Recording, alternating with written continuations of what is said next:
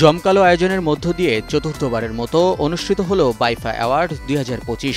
গতকাল সন্ধ্যায় যেন তারকাদের মেলা বসেছিল রাজধানীর আগারগাঁওয়ে। নাচ গানের মন মাতানো উপস্থাপনায় অনুষ্ঠিত হয়েছে এবারের আসর।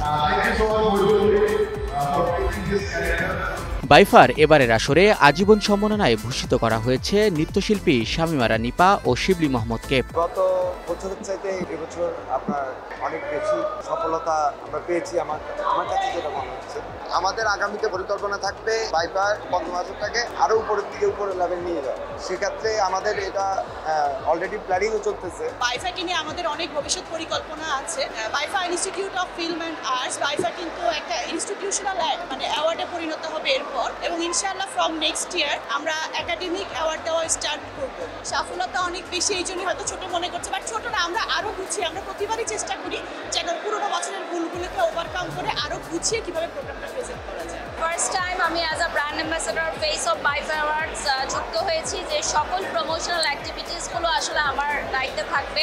এত বড় একটা ইভেন্ট, এত সেলিব্রিটিস, এত বড় পরিসরে হচ্ছে, তো এইটার প্রমোশনটাও আমার হিউজ করতে হবে। খুবই ভালো লাগছে শিল্পীদের স্বতঃস্ফূর্ত অংশগ্রহণ, আপনাদের সবার স্বতঃস্ফূর্ত অংশগ্রহণ, এবং দেখতেই পাচ্ছেন যে হল পুরো জমজমাট। তো এখন পর্যন্ত আমরা স্যাটিসফাইড, বাকিটুকু কি হয় সেটুকুর অপেক্ষায় আছি। গণমাধ্যমে বিশেষ অবদানের স্বীকৃতিস্বরূপ সম্মাননা জানানো হয়েছে মানসুরুল হককে। তিনি বলেন, বাইফা অ্যাওয়ার্ড আমাকে অনেক বেশি অনুপ্রাণিত করেছে। প্রায় 10 থেকে 12 বছর ধরে আমি গণমাধ্যমে সাধারণ মানুষকে সতর্ক করার চেষ্টা করেছি প্রাকৃতিক দুর্যোগ সহ বিভিন্ন ধরনের দুর্যোগে যাতে প্রাণহানি না হয় এবং যাতে সম্পদের ক্ষয়ক্ষতি কম হয়, সেইটা সাধারণ মানুষকে জানানোর চেষ্টা করেছি গণমাধ্যমে। এবং বিশেষ করে আজকে এই বাইফা অ্যাওয়ার্ড আমাকে অনেক বেশি অনুপ্রাণিত করেছে। এবারের আসরে বিভিন্ন ক্যাটাগরিতে অ্যাওয়ার্ড জিতেছেন চঞ্চল চৌধুরী, সিয়াম আহমেদ, পরিমণি, মেহজাবিন চৌধুরী, জোভান, রুনা খান, ইমন, শাহরিয়ার নাজিম জয়ের মতো তারকারা।